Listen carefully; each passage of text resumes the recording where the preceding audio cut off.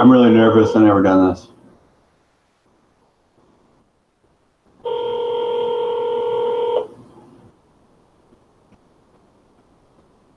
Hello, you've reached Ed. Leave a message after the beep. Thank you. That was the wrong number. That was Ed, if you didn't hear.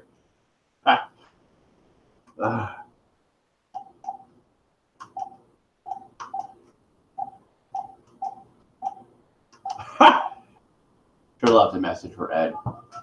Welcome.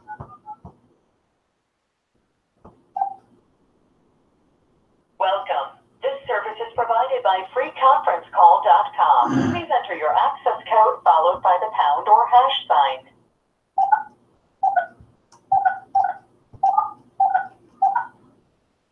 Please announce yourself.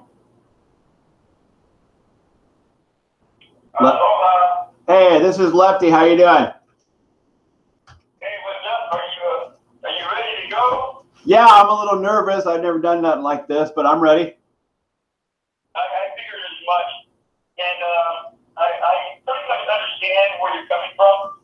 What we're going to do tonight is, well, first of all, I'm just going to take this one step at a time, but what I want to do is I really want to go slow. And no matter, if it takes you a whole minute to do one sentence, I don't really care. But we want to do this slowly so people understand what it is that you're talking about. Does that make sense to you? Yes. Now, I'm going to guide you along, and I'm going to ask you questions. And basically, it's going to be your stage. You're going to tell the story, and that's what we want to hear. We want to hear stories about this and about that, and whatever's going on in your life now, what was going on in your life before, and what you're planning on doing now. It's going to be kind of like that. Does that make sense to you? Yes.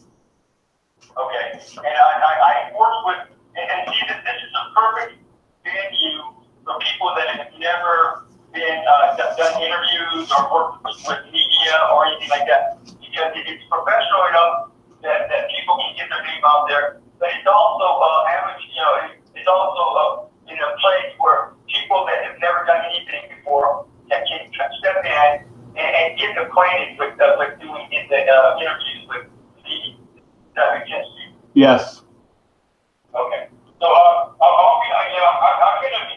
It's basically gonna be your stage, but I'm gonna be there guiding you along, and I'm gonna keep you on track. I'm gonna keep you focused with the stuff that really that people really need to hear, that they want to hear, so that way they can get an understanding with what you're talking about, who you're all about, and understand your story.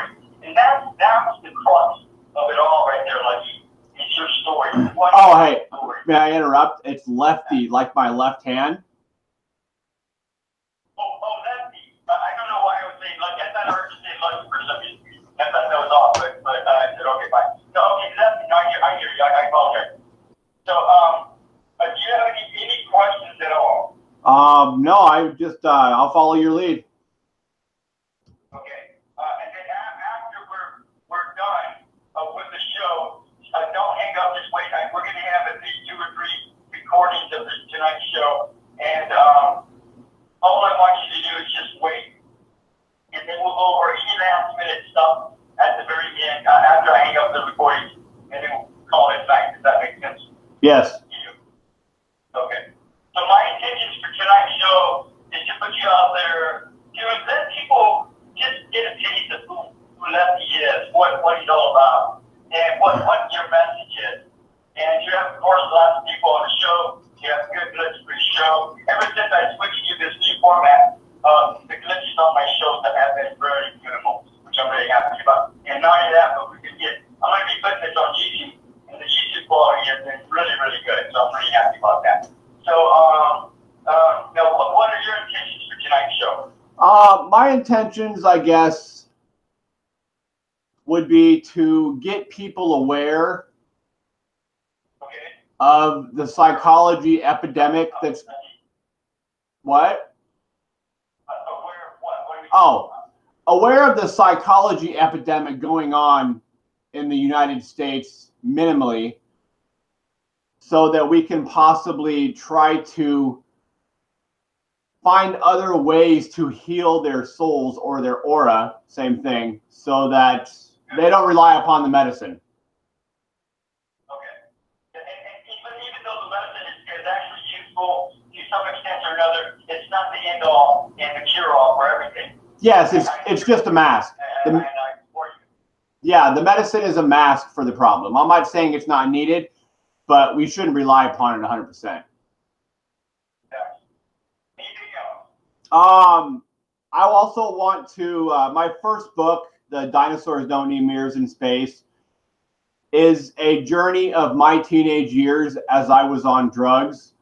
And I want to try to teach people what drugs do to your thoughts. Like, no one really cares what they do to your body because people know drugs make your body feel good.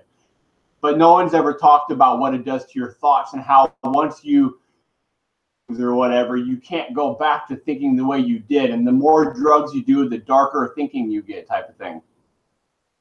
Okay, so let's stick with the intentions. And so your intentions are to make people aware of drugs and their use. Is that what you're saying? Yes. Okay, good. Anything else? The third thing that I'm trying to do is I want to successfully bridge imaginal psychology with modern day psychology. Okay. So you want to make people aware of a neo-psychology going on. Is that what you're saying? Yeah, imaginal psychology is defined as the soul expresses itself in images. And for purposes of religious things, I would say aura, like your aura is your soul. It's the same thing. Okay. So we'll stick with that. All right. So with that in mind, now I want to do a moment of silence just to kind of ground all this in, just to take this all in. Okay. And then I have to hang up because I have to do other details still. And either you can stay here or you can come back in about 20 minutes at 5 to the hour, at 5 minutes to 7 my time, and then we'll start the show at 7. I could just hang on the phone. It's not a big deal. Okay. So whatever you want to do. Either way, I'll be back in about 20 minutes. Okay. To start the show. All right. Yeah, I'll just sit. What? I'm going to hang up, and then I'll meet you back here in about 20 minutes. Are you ready for that? You want me to just call back in 20 minutes? Whatever you want to do. Okay. Yeah. What I want to do right now is just do one moment of silence. Okay. Yeah, I'll call back in 20 minutes. Okay. Just so hang on. I want to do 1 minute of silence, and then we can come back. Are you ready? Yeah. Okay. Here we go.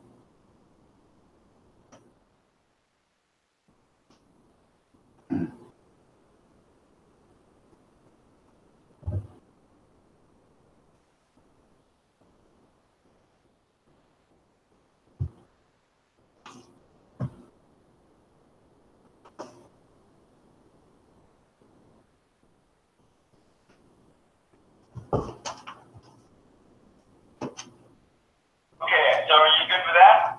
Yeah, I'm good. Okay, so in 20 minutes we'll meet back here. Okay, I'll call you back.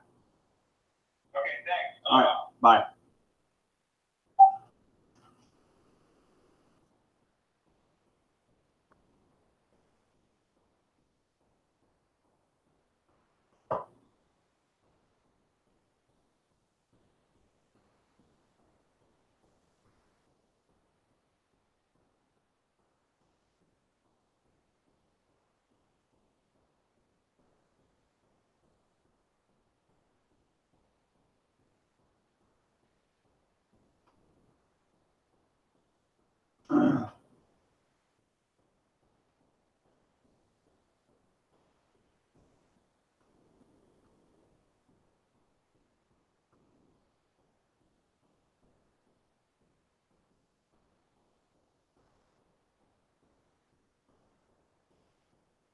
Okay, I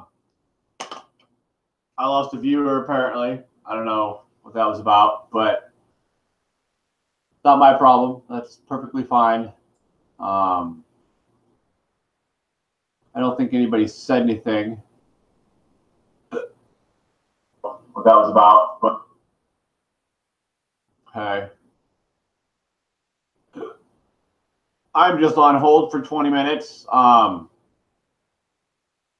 don't know quite what I think I might have categories organized finally of intentions within, well, the intentions of my life. And so from what I understand, I am going to go over this with him. The psychology epidemic. There's a lot of subcategories within that. And then we got drug use and how we're not even trying to attempt to tell people the truth about drugs. And then bridging imaginal psychology with some copyrighted material that I've produced. So that'll be pretty much what I'm going to go over. He's apparently organizing this right now for 20 minutes, which is nice because I am not very organized. Like, I'm trying to change the planet in those 3 areas. I don't know how to organize this. Like, I'm the one that has all these ideas. I can't do this alone. It's unfortunate I don't have a wife helping me, or I don't even have my kids helping me, and they're gone. I just have the community of people I work with. Like, that's about it. So I don't know. So we're going to stay on hold for a little bit longer, and I'm going to call him back, and we will go with his organization plan.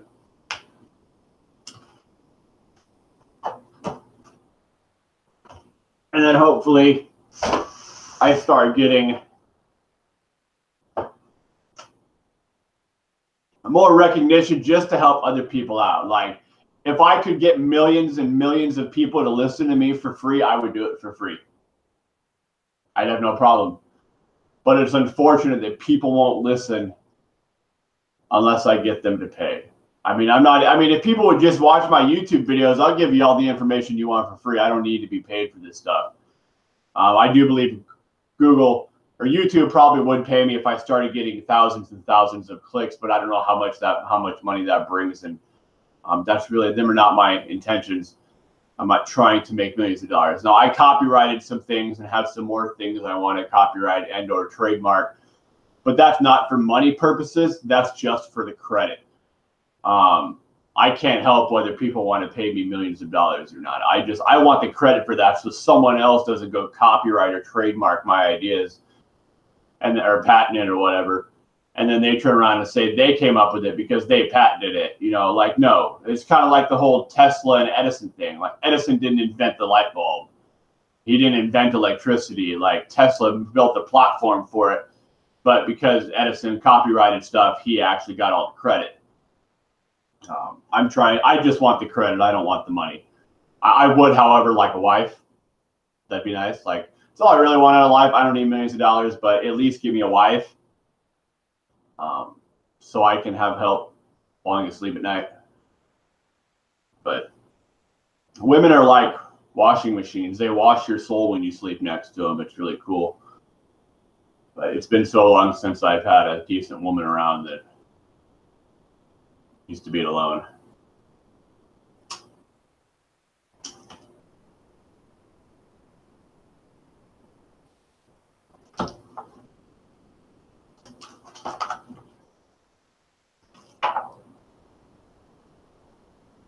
And I don't think I need to, I don't know, we'll see. I don't know if I need to take notes during this. I'm having a hard, I don't know, we'll see. Supposed to be at work today. I ended up not going because I had the interview. He had to do it on a Sunday, so I don't mind taking the day off to hopefully get my point out there that, like, the information's on the internet for free.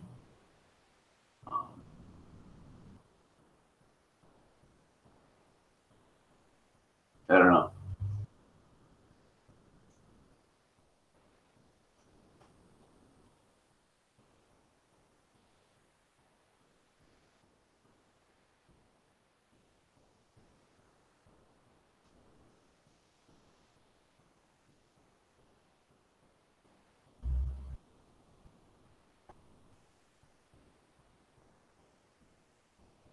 And I know this says Chad on here. My birth name is Chad. I changed my name to Lefty for a psychology experiment that has to do with William Shakespeare's quote.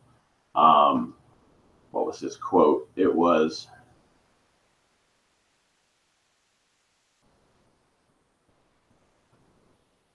William Shakespeare said, "What's in a name? That which we call a rose by any other word would still smell as sweet."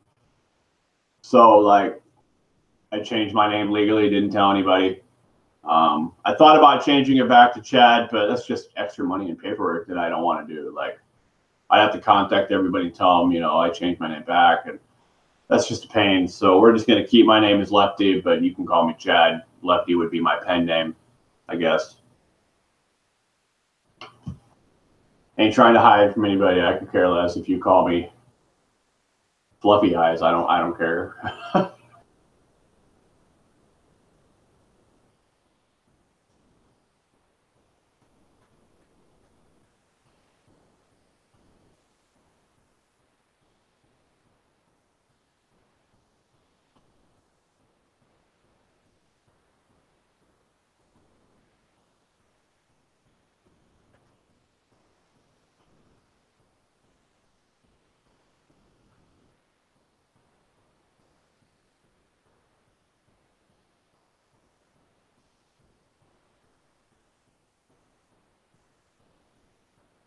Got about 11 minutes left, and I'll call in, and we'll get started on this.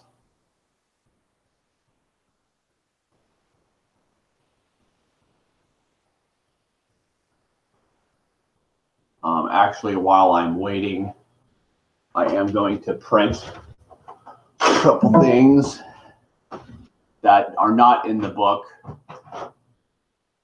so that we have them. 4 things, actually. Well, no, how many things do I got to print? I don't know. I think I just need to print 3 of them. We got that. 2.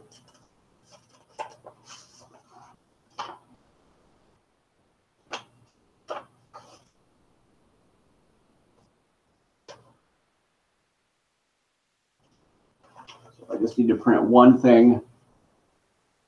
That is already done. That's already done. That's already done. So we can just print this. And then this is like the start to my organization. I don't know how well I'm organized.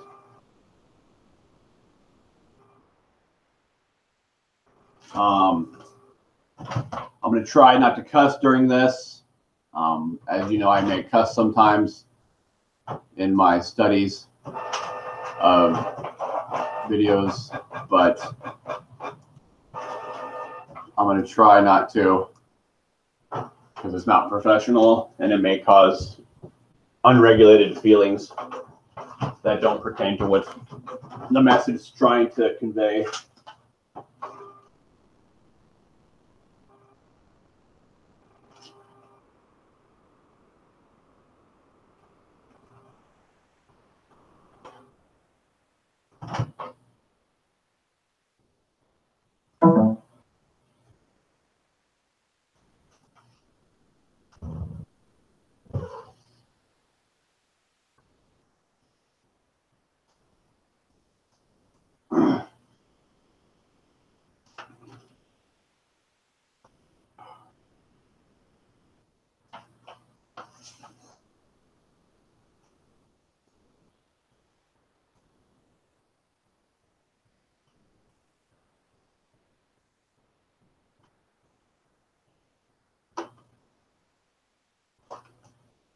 Okay, so I'm ready.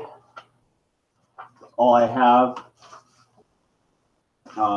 well, I got some more things. Let me see if I am ready or if I have, that's not being released. That's not time for that part.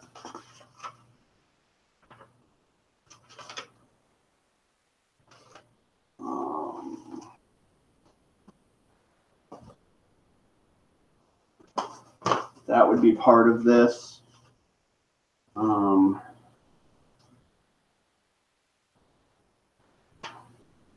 That was not released. That's part of that.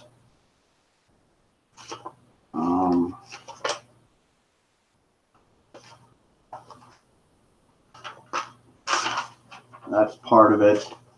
I gotta get everything out. Some of it's not copyrighted, but if you feel like you can explain it better, then be my guest. That saves me energy and time.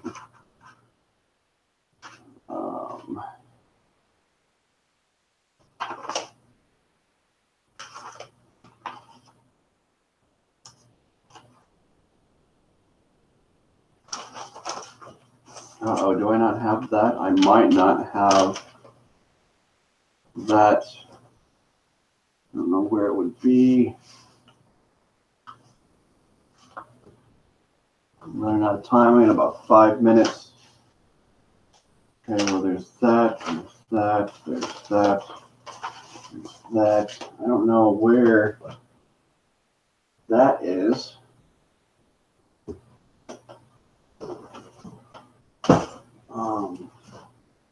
And I am asking for donations, but maybe you know somebody that's mentally ill and not being helped. I honestly feel I can help them free their mind and possibly not need medication depending on how severe and what type of mental illness it is. So it's not 100% on whether my therapy will cure the mental illness, but as you may or may not know, I used to be on medications for what they call schizophrenia, and I'm no longer on them.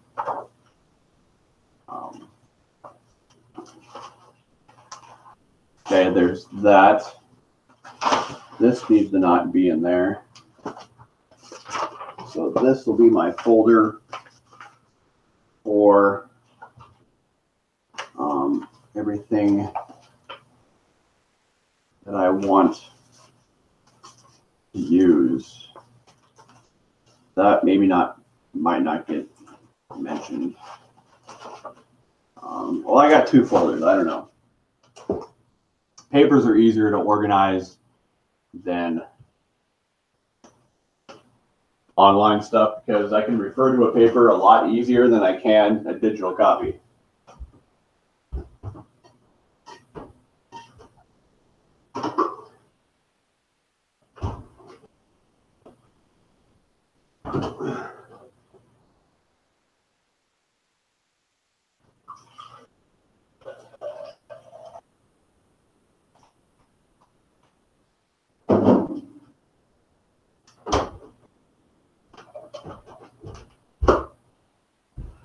And I don't know if I'm going to talk about my formula for light speed, but I do believe NASA has that already, so they can take care of that. I thought about trademarking it so that I could get credit. I don't need the money. Like I said, I just want the credit for this stuff. I don't need you to pay me. But it's unfortunate that in order for me to actually help mankind, I need money to do it, or at least popularity on the internet where people are actually watching my videos a lot. But unfortunately, YouTube would pay me if you guys started listening. So I apologize if it sounds like I'm trying to be greedy that I need money. It'd be a lot easier if I had 100,000 a year to do what I needed to do, maybe even 50,000 a year, and owned my house or something. But that's just the way it is. I'm sorry. Like, I ain't better than anybody else on this planet. I'm just trying to help.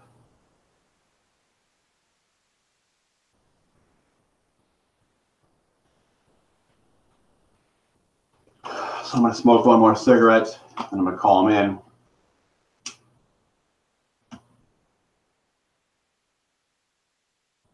Maybe we'll get started.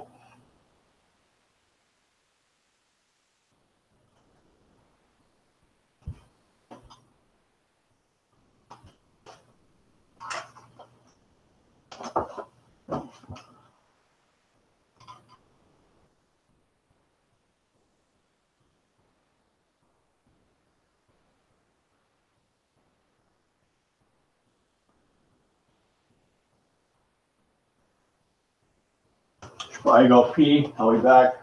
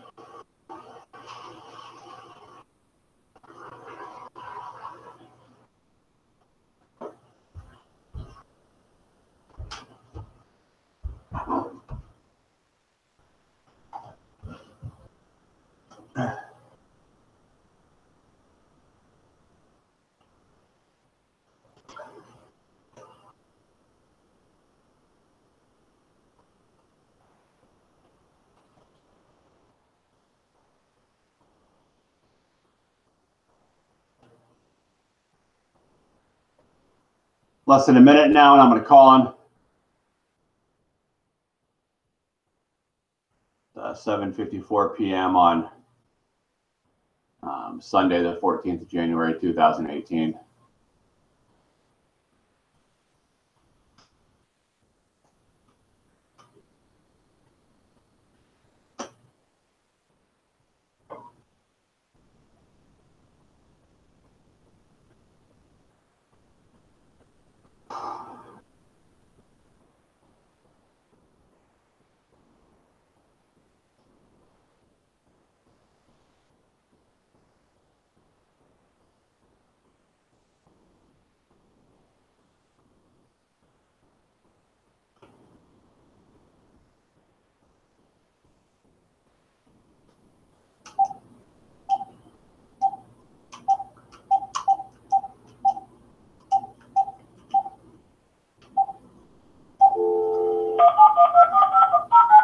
I hope you can hear him. Welcome. This service is provided by freeconferencecall.com. Please enter your access code followed by the pound or hash sign.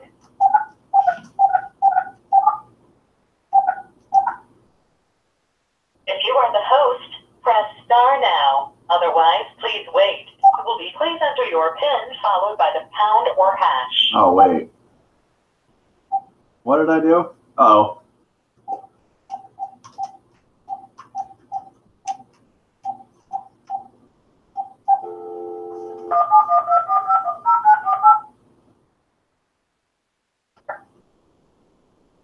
Welcome. This service is provided by freeconferencecall.com. Please enter your access code followed by the pound or hash sign.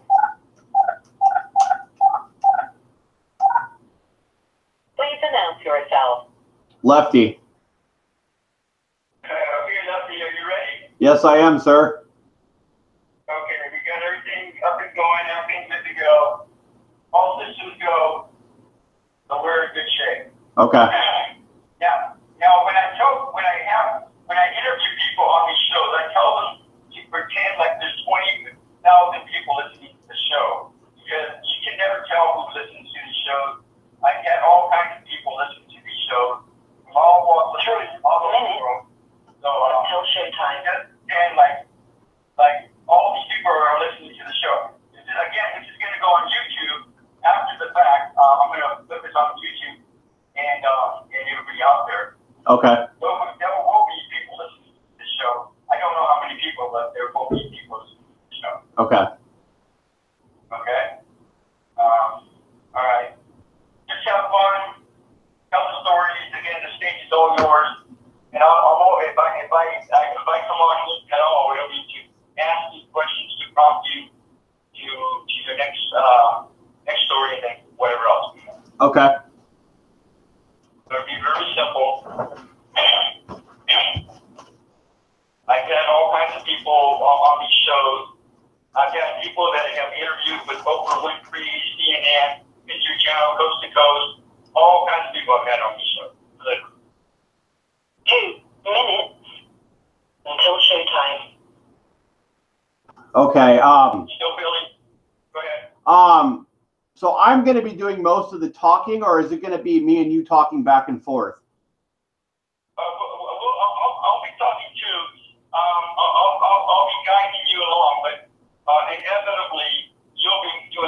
talking. I'm going to let you handle the hand out of the stage, okay? Okay. That helps out. Big deal. I'm not sure I was prepared to host more of the shows. I thought you had a list of questions you were going to ask me, and then I was going to answer. No, I've done over 700 of these interviews. Believe me, I'll have plenty of questions. Okay, that's good. As long as you got questions, I got answers. Okay, yeah,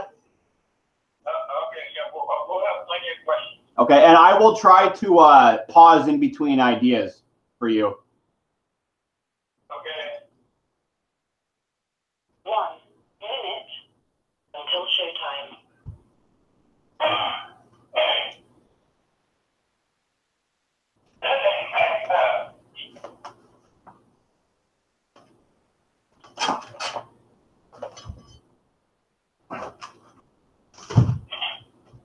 I've got the 3 topics. Go ahead. Get ready to go live. Okay. So, Are you starting us off? yeah, we're going to be going live here in a few seconds here now. Okay.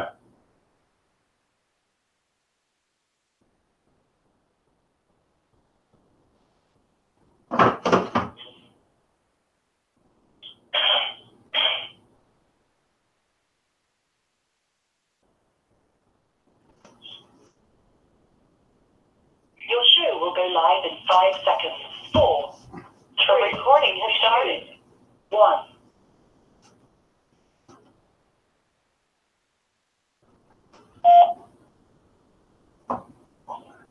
Welcome to Blog Talk Radio in high fidelity.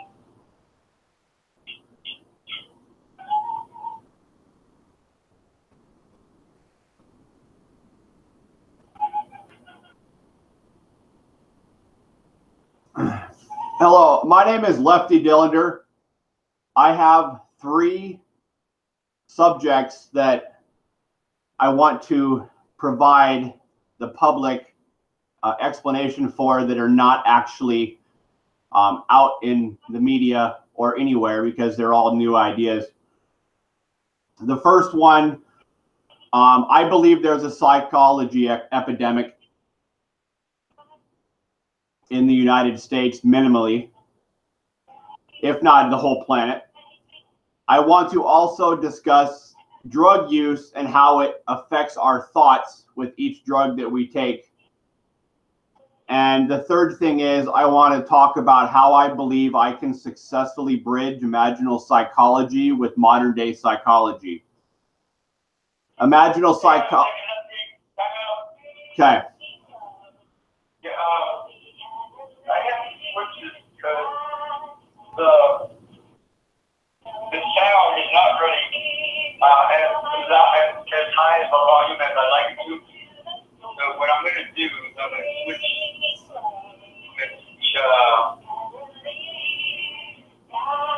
players.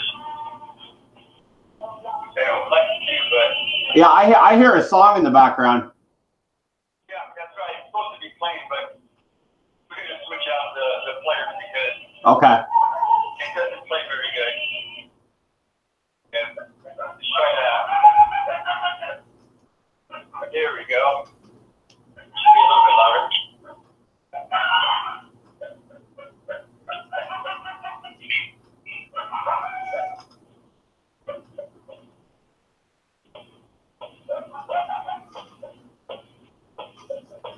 Diving deep into the source, bringing love so we can release that.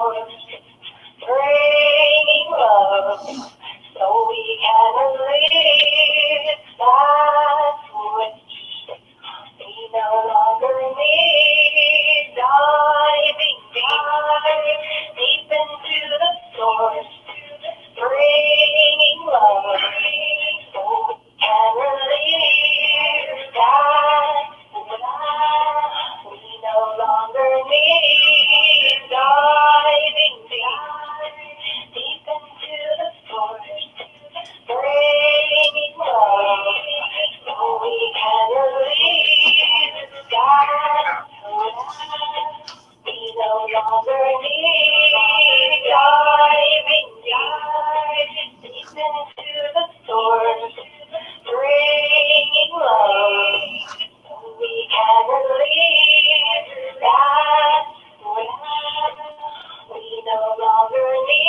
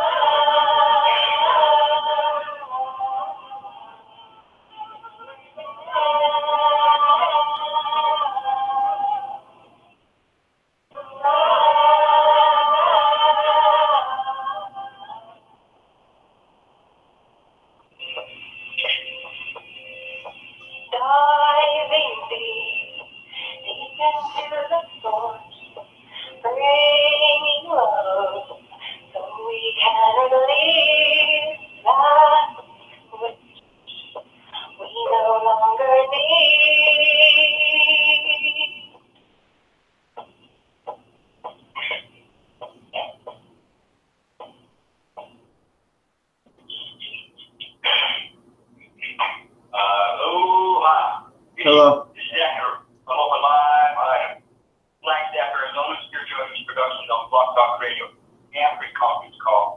YouTube. This definitely maintain regulations. Hello, welcome to tonight's show, Andrew Local Lion. Tonight we're going to be talking with Lefty Reed Cylinder about his book, Dinosaurs Don't Need Mirrors in Space. Dinosaurs Blood. And just to let you know, hello, Lefty, how are you? I'm doing good tonight. Took the day off from work. Okay, and we're going to talk to Lefty here in a few minutes. Just to let you know, Dinosaurs Don't Need Mirrors in Space by Lefty Cylinder is about spiritual psychology of mental illness and the drugs that are involved, illegal and illegal, and natural poisons. Brain damage at the age of 2 years old has caused Lefty to not know how to think. Cylinder had eye surgery 3 weeks ago or a few weeks ago at the time of his inscription and no longer has hallucinations. He lived 34 years with a rare eye disease that everyone thought was everyone thought he was meant to go because of this. Though all he needed was an eye surgery. For more on this Lefty's Cylinder's book, and you can go to www.digitalenvironmentalcommunication.com. And we're going to come back and talk to Lefty here in a couple of minutes.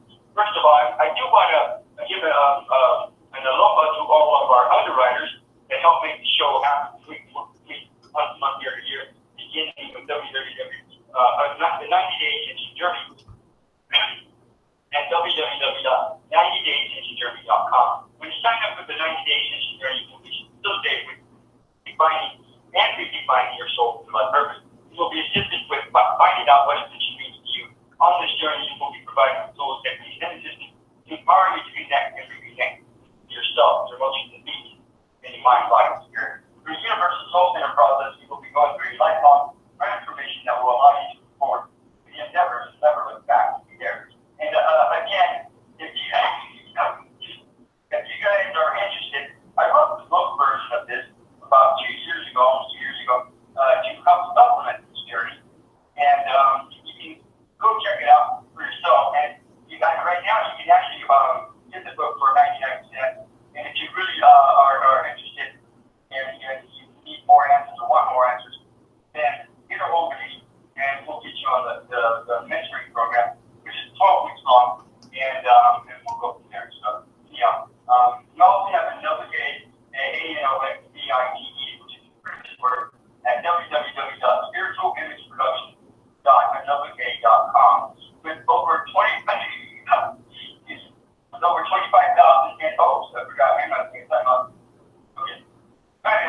With over 25,000 scientific papers published on colostrum, a 90-day guarantee, and winner of the Healthy Living People's Choice Award twice over. Another day focuses on helping people with weight loss, anti-aging, heart disease, diabetes, depression, high blood pressure, asthma, allergies, rheumatoid arthritis, inflammation, gout, lupus, fibromyalgia, Crohn's disease, cancer, ulcers, poliovirus, chronic infections, digestive disorders, Alzheimer's disease, autoimmune disease, spinal gland, mental clarity, maintenance and protection of the immune system, synthesis and repair of the RNA, DNA, much more. And just to let you guys know, I can order some more of this stuff.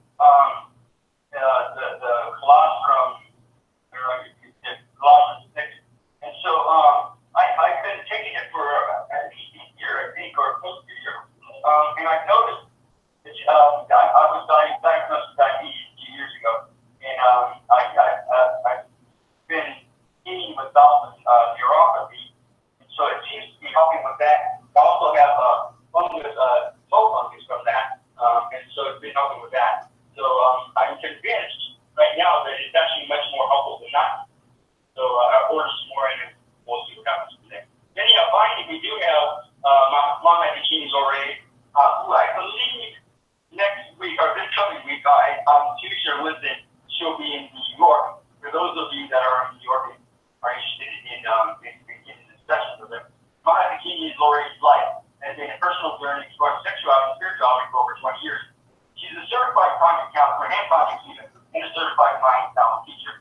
Mama Bikini Lori is also a graduate of Marvel and Year-long Skydance 100% training program, as well as a current member of the American Association of Sex Educators, Counselors, Therapists Club, and a charter member of the Association of Sexual Energy Professionals. She regularly attends trainings and conferences. She covers the latest research and information on sexual education. And we're back now with Lefty. Now, Lefty, where the heck do you live at anyhow? I live in Nebraska. Nebraska? Yeah. You look like I don't know, Chicago or something. I don't know why, but Nebraska. Is it snowing out there? Yeah, it snowed last night. I got about 6 inches. Oh, yeah. Yeah, we got about 4 inches almost a week ago, and that's the most we had since last year, since that January, February, or something like that. So it's pretty profound. We hardly got any rain or snow this year for the winter, and so I'm just wondering what the rest is going to be like. So I guess we'll find out. So, Lefty, so if you could just kind of give us an overview, give us a bio of who Lefty is, where you grew up at, and so forth. Wherever you want to start. I was born in Colorado Springs. At age 5, I moved to Nebraska. And I guess backing up, when I was 2, I cracked my skull open on a concrete stair and that pretty much causes me not to make long-term memory very well. I can't remember conversations and past events that I've had. Most people talk about conversations they've had in past events, but I don't remember them. So I find it hard to conversate with with just almost anybody, pretty much, I guess. At age 7, I put a firecracker in a Roman candle and it didn't go off. So I stuck my eye down there and it blew up near my left eye. So I had to wear an eye patch and it changed my eye dominance from my left eye to my right eye. And that's actually caused a lot of problems because I believe there's a psychological difference of subconscious behavior between left eye dominant people and right eye dominant people. After that, I started going to school. I mean, I was in school. I was a straight A student. I was able to not study and get all good grades. When I was about 14, I told my mom I was tired of being good. So I started doing drugs at about that age. In my lifespan, I've been slipped drugs 7 times in my life, like hallucinogens. And if you get caught doing that, that's considered attempted manslaughter. And I figure that's a way that slipping somebody hallucinogens hurts their soul. So I've had a big spiritual journey trying to get away from the rudeness of being slipped those drugs. It didn't help that I also had that natural eye disease that I was born with that caused hallucinations that got worse when I hit puberty. The drugs didn't make it any better. I stopped doing drugs at about age 20. But at that point, I was already stuck in the mental health field because they decided that I was schizophrenic and bipolar. I tried telling them that I was just thinking, and I kept trying to say weird things about stuff, but I didn't realize what I was trying to say at the time, which I'll get to that later on. And then last year, I started realizing and found out that I had that rare eye disease called dissociative vertical deviance. That pretty much means my eyes don't work together, or they didn't work in unison. So I got that eye surgery. I'm no longer hallucinating, but since I hallucinated for pretty much 34 years of my life, everything has a memory associated with it that reminds me of a hallucination I've had in the past. So I would consider that I'm very spiritual, but what I've realized is most of the hallucinations I've had really don't mean much to me anymore. I have everything organized. If I didn't have 2 kids with my ex-wife, I probably wouldn't be alive today. So God bless her heart for at least giving me kids. But that relationship strained too because she thought I was crazy like everybody else did. Got it. So that's very interesting to note that the experiences that you've gone through are pretty intense, I think is a good word. So let's take a step back first, Lefty. First of all, you grew up where, in Colorado or somewhere else? I moved to Nebraska at age 5. I grew up in Omaha area, and then when my mom got remarried, we moved into the Grand Island area in Nebraska. Got it. And when you do you have brothers and sisters? I have 1 biological sister and 3 stepbrothers. Got it. And when you guys all grew up together or not? Me and my stepdad's son and my sister did. The other 2 stepbrothers were with my dad's remarried wife. Got it. And now, did you guys get along okay, or were you guys constantly in battle with each other? I don't talk to either one of them. My sister has some what I would call spiritual problems and just cannot relax. And my stepbrother doesn't like to talk to people. I mean, we hung out when we were kids and we were doing drugs together. But like now, I don't talk to him anymore. Experience the hallucinogens together. Yeah. Now, when you were growing up, did you have any paranormal experiences? Did you have any visitations from aliens or saints or angels or ghosts or anything like that? Ghost all the time. Like I literally felt like I was living as Pac-Man. Oh, really? Yeah, like I'd see ghosts every day. The way I think of it is a hallucination is nothing but a ghost. Okay, and again, they could be one or the other or the same. I hear you. So when you were at what age did you experience your first ghost? Hold on, let me try to remember. I would say 7. Like when I was 7 years old, before I switched eye dominance, I remember seeing a vision of the rose that grew from concrete, but the memory didn't last long, and I wasn't able to refer to it till recently because I had forgotten about it. And okay, so it wasn't a being, it was some kind of a item or some kind of thing that you experienced. Is that what I hear you saying? Yes. Okay, and then after that, what was it like when you were talking to these ghosts or experiencing these ghosts? Well, after I switched eye dominance, I really was like clouded. I looked down to the ground when I walked all the time. I didn't really know how to socialize. I would almost feel that my senses were decentralized and I wasn't able to even recognize that I had senses for years until I had started doing hallucinogens.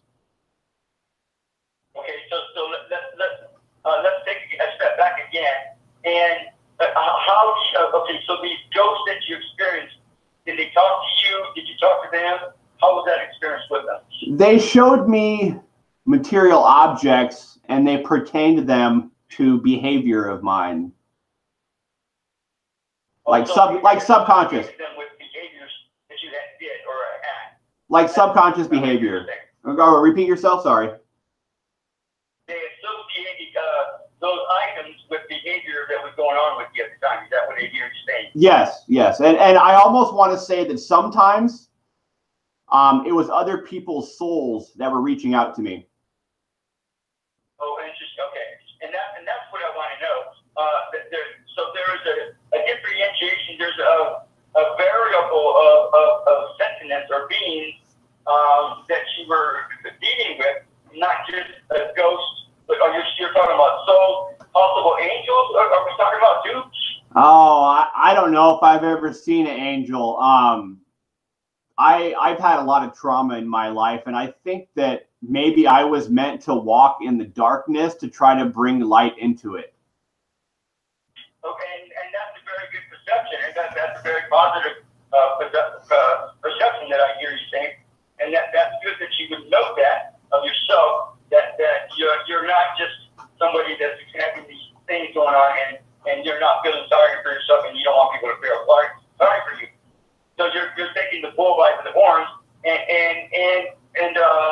assessing this whole experience as something that you have to understand or know or learn for yourself. So that's very inspiring. I believe it's a good word.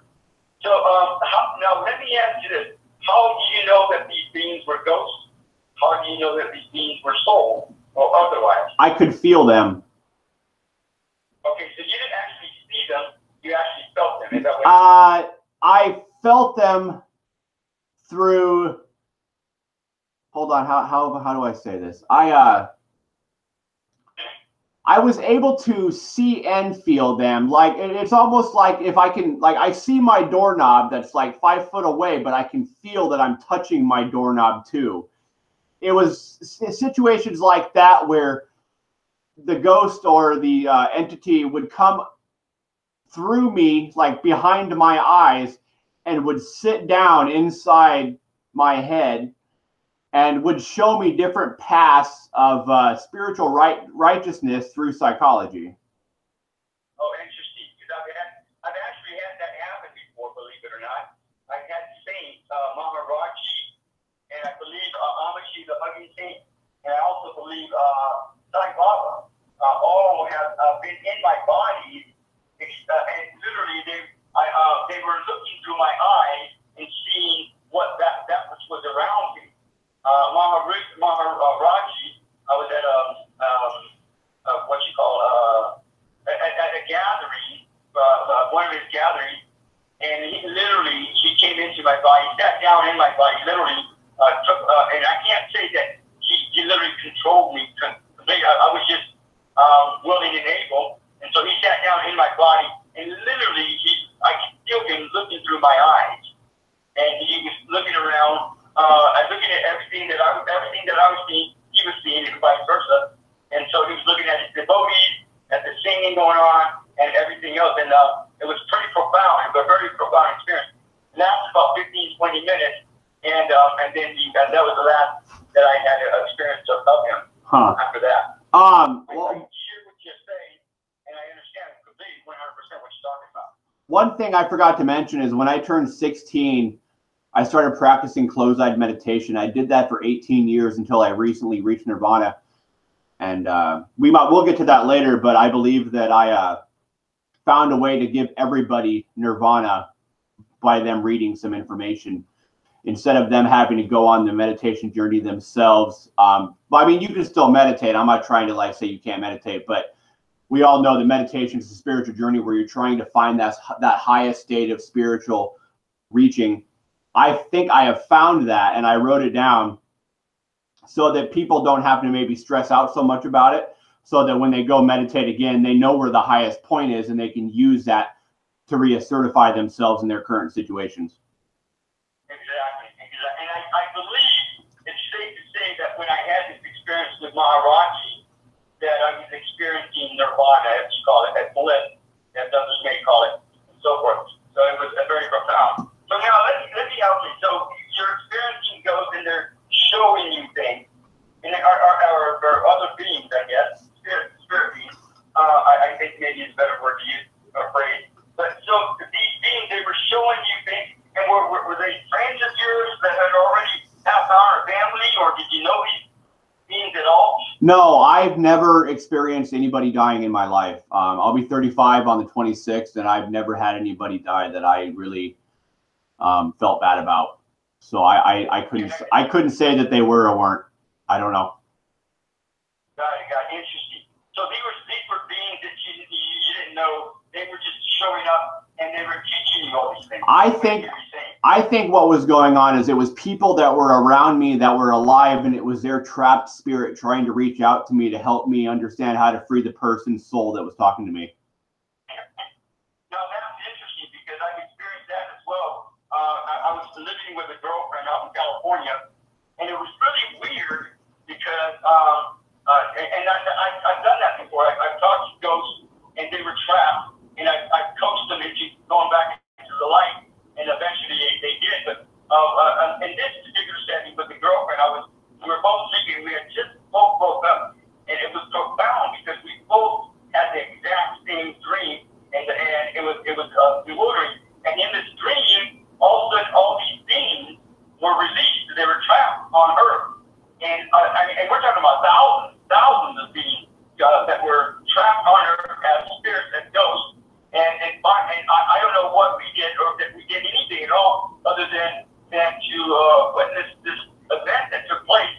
This was several years ago. And all of a sudden, all these beings, all these ghosts were released, and they were going back into the spirit world, is what I assumed was going on. So literally, these thousands and thousands of beings were just all, and you could see, we could both see them just going into the sky and just going back home, I think is a good word. And it was really profound because both of us had experienced the exact same dream, and then we started talking about it, and it was pretty amazing. So that both of us would experience that whole event. It was pretty cool. But anyhow, so you experience these beings, and you don't know, and now do you feel like this because of their connection with you, they were released from being trapped? Is that what I hear you saying? I feel that, backing up a little bit to explain, I feel like I'm asleep right now. Since I practice closed-eyed meditation, it's like I live my life with my eyes closed.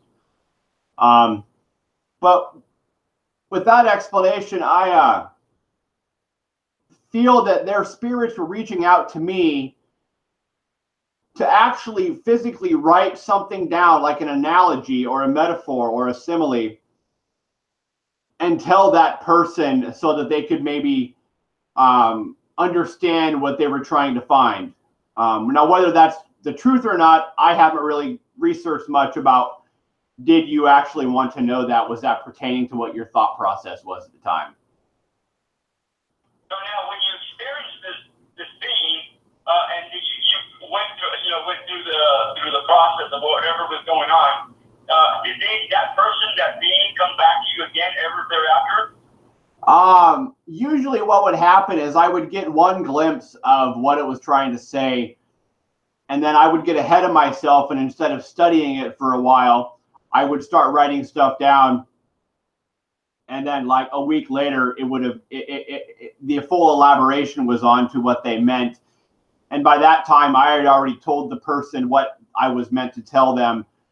And it got into a repetitive pattern of constantly changing my mind, which has taught me to just like, I have a 7-day theory. Like if I'm going to think of something new like that, then I'll wait 7 days before I tell anybody, so I make sure I get the full message. I hear you. So now, let me ask you this, Lefty. If you had done meditation and some of these practices that have kept you in mind, kept you focused, kept you abreast of life, if you even want to say it that way, do you think you'd even be alive right now from that? Would I be alive?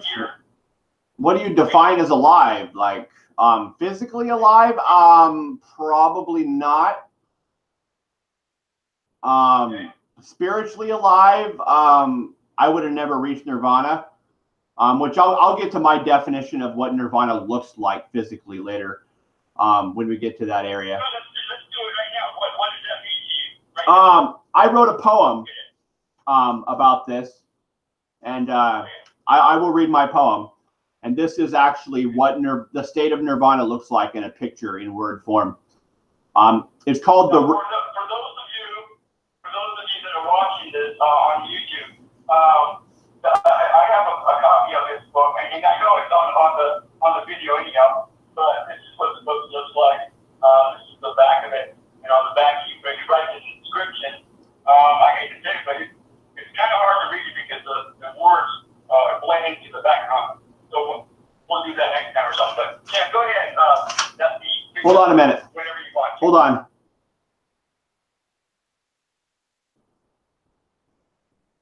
Did you want me to read it, or you have it there? No. I have a copy. I'm not reading part of the book right now. I reached nirvana recently. I wasn't able to get that in my book, and I will go upload and re-put I'll put that on the back part of it so that that's on there. I haven't got around to it yet. But the poem that I wrote is a description of nirvana. It's called The Rose Cup. Because of sexual energy, my girlfriend's menstrual cycle reminds me of a rose.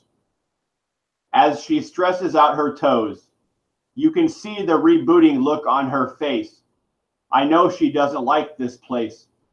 She was used to all her hormones. Now they are all getting flushed out with the rose. For the next 40 years, she will have to face the fears of having an unbalanced hormone system 7 days a month.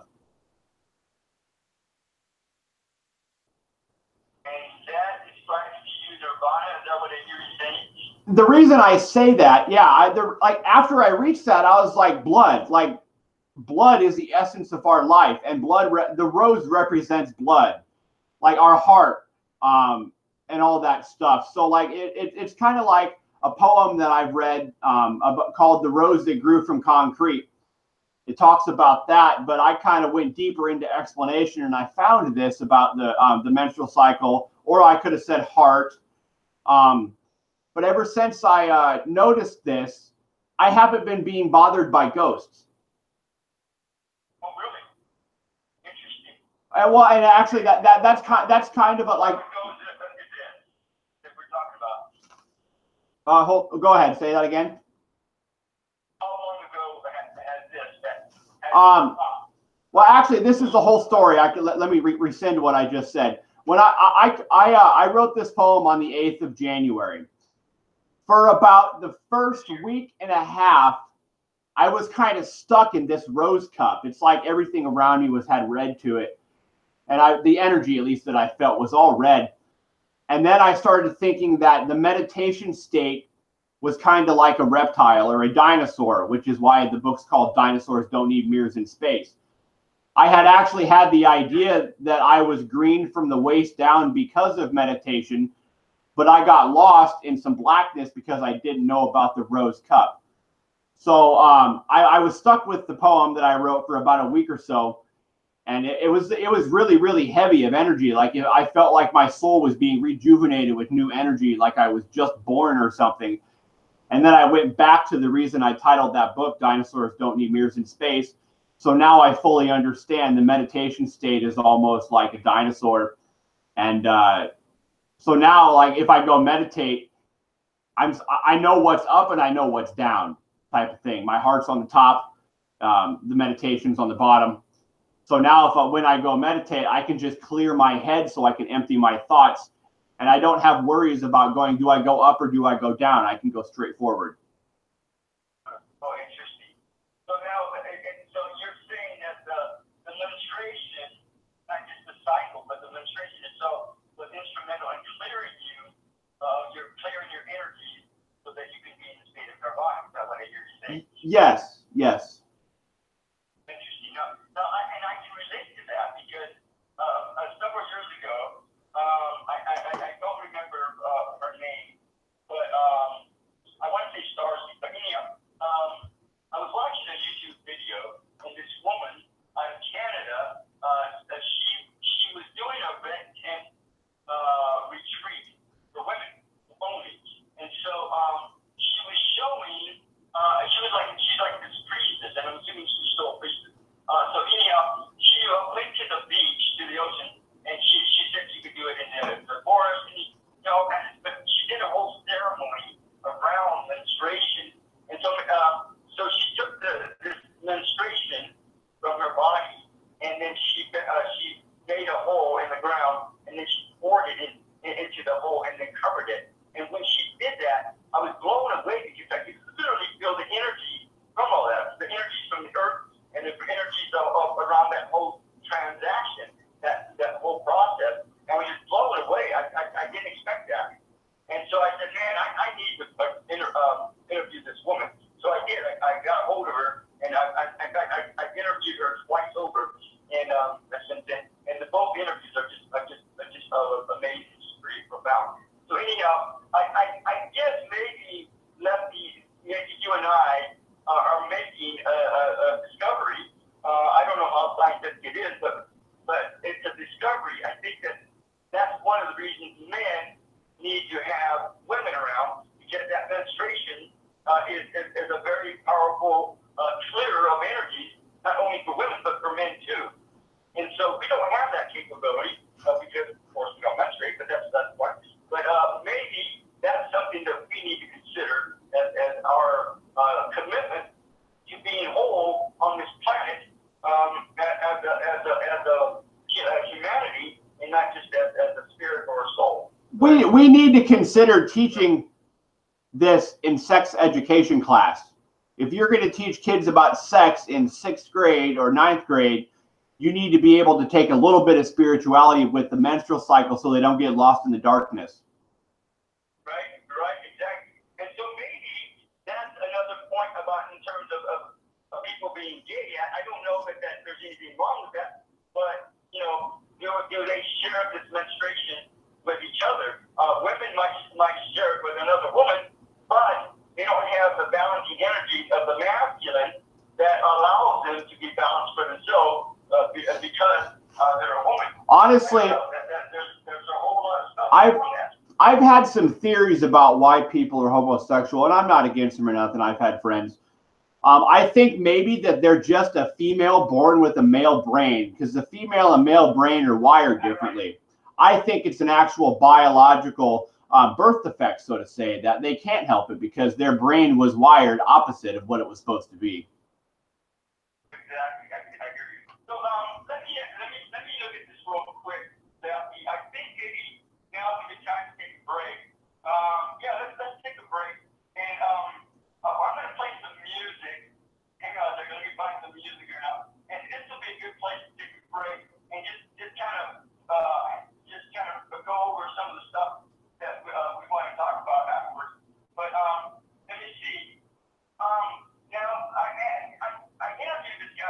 Dr. Stephen Schwartz. I believe announced for the Golden Gate Music Show the week before. And so, anyhow, this is not a regular CD album. This is actually music that's designed to help balance emotions and feelings for people in various manners. The one that I want to play right now, they're called zones. The one that I want to play right now is called Depression versus Inner Peace. And I want to send out love lesson, keep things lighten up to everyone out there, that especially all those people that are having a hard time, whether they're homeless or they're in hospitals or whatever, and also to you and your friends, and to all these other people's family and friends, and to your family and friends, and to yourself, and to myself and all my family members, to all our beautiful places residents, to the President of the United States. Oh my God, that guy. I think everything's getting better for him, but I don't think it's over for him yet. But anyhow, just the President of the United States, all his entourage, to all the kids and the animals on the planet, especially the ones that need concern. Anybody you want to add to that, Lefty? Pretty much the 7.2 billion human beings and all the animal species on the planet that are slowly dying off in mass extinction because we don't know how to sustain the environment. Exactly. Okay, good point. So to all the angels and to all the fairies and the gnomes and all the aliens that are supporting us, to everyone else in need and concern, we will be back. Depression versus Inner Peace by Dr. Stephen Schwartz from his album Cellular or Attunement, the name of the album. Again, we'll be back. Okay, here we go.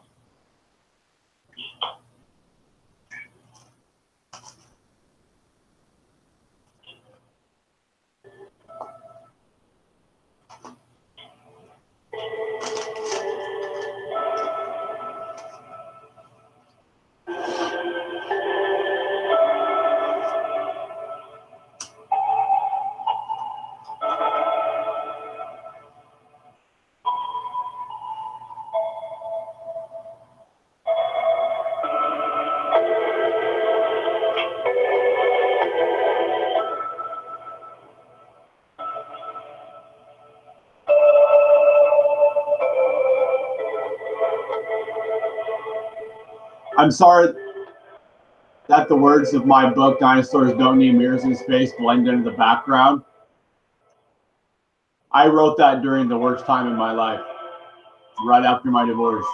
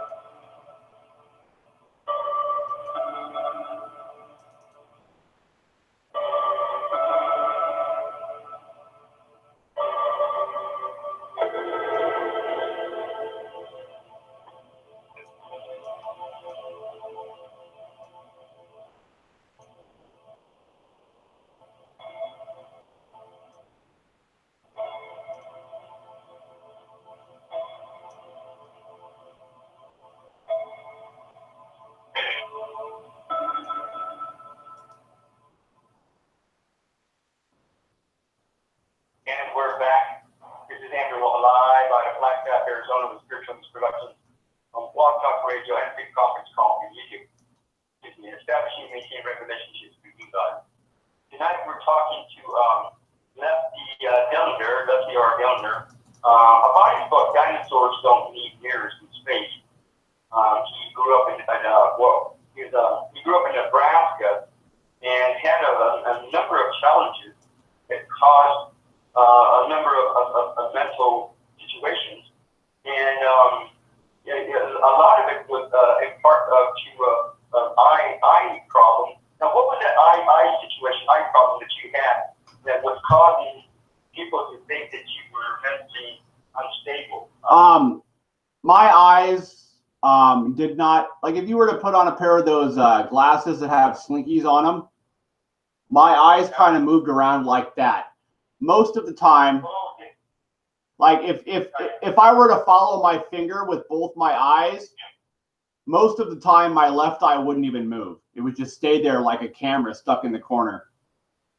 And it caused me to actually look at life like I had macular degeneration in my left eye, but I didn't. So I had a blind spot that caused a shadowing effect over my face. Wow. So they were never in sync with each other when you were looking around. Is that what you're saying? Yeah, exactly. That's what was going on. Got it. So you went to college or you didn't? I'm in college right now. I'll have my associate's degree in December, and I want to get my PhD in imaginal psychology. Wow, interesting. So I applaud you, and I'm very proud of you and your efforts, Lefty, that you're paving a way for other people that have never experienced your path before. I think that it's safe to say that, because I'm sure that there's other people that have similar same situation going on with you that you have, and so you're paving a way for these people, and I think that's a mountain that you're climbing, and I think that's worthwhile honoring. I think everybody on Earth should take this journey, since most people won't meditate. Right. That's true. And so you think that because of this situation, first of all, you went to hallucinogens, to drugs, for answers, and you didn't find them there, obviously. And then I don't think that's true. I don't think that I didn't find answers. I might have found answers that pertained because I did the drugs, but I don't think they were needed. Got it. So you didn't find the answers you were looking for, is that what you're saying? No, not really. I mean, I would have rather just dealt with learning about the rose that grew from concrete and like not worrying about anything else. That would have been nice. Right. So you went to meditation, and you started doing meditation when? After the hallucinogens or before? During, yeah. Well, I guess during. And so and how old were you when you started the meditation? And did you do other practices too? 16 is when I started meditating. That was the only spiritual practice I was aware of. It's the only spiritual practice I practiced. I did that for about 18 years. So I feel that once you reach nirvana, there's no more spiritual guessing with what spirits are about. It just becomes this matter of when you reach meditation through, or when you reach enlightenment through closed-eyed meditation, it's like rebooting your brain like a computer.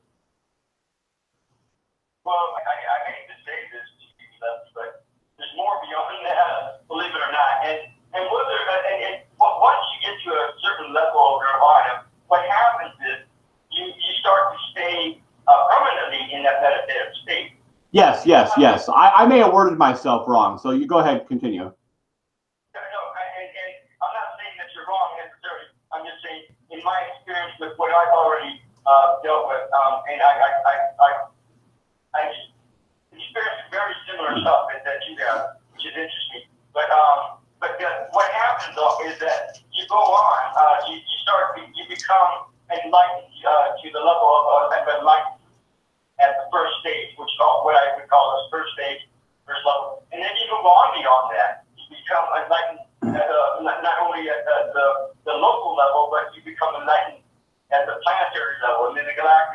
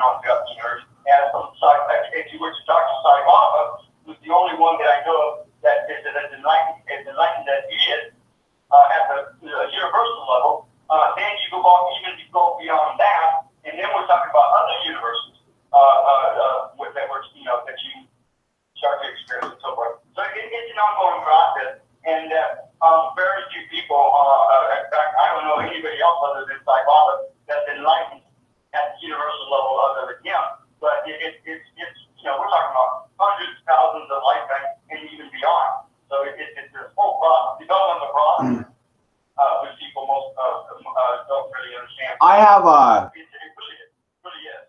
I have two things to say. I feel that I'm enlightened all the time. Like when I'm walking around, I feel like I'm constantly in an enlightened state.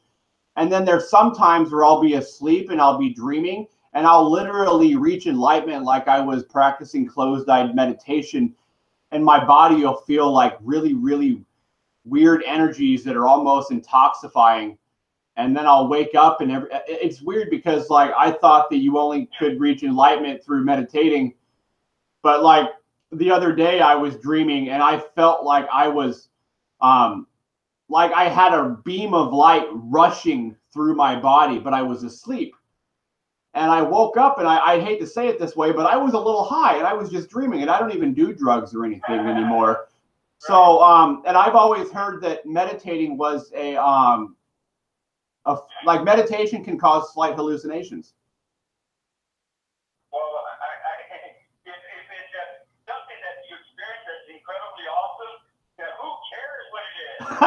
Go for it. Why not? Okay. Right?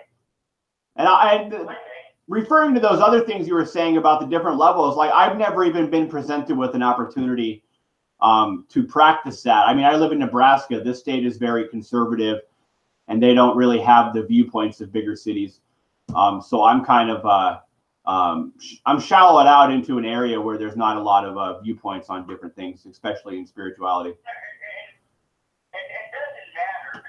You are where you're at, and so what? That's where you're at, and that's where you're supposed to be, and that's okay. There's nothing wrong with that. But there are there's a lot more to it than just the meditation. And you're right, than just the meditation. And the meditation, incidentally, is listening to God. Prayer is talking to God, guys.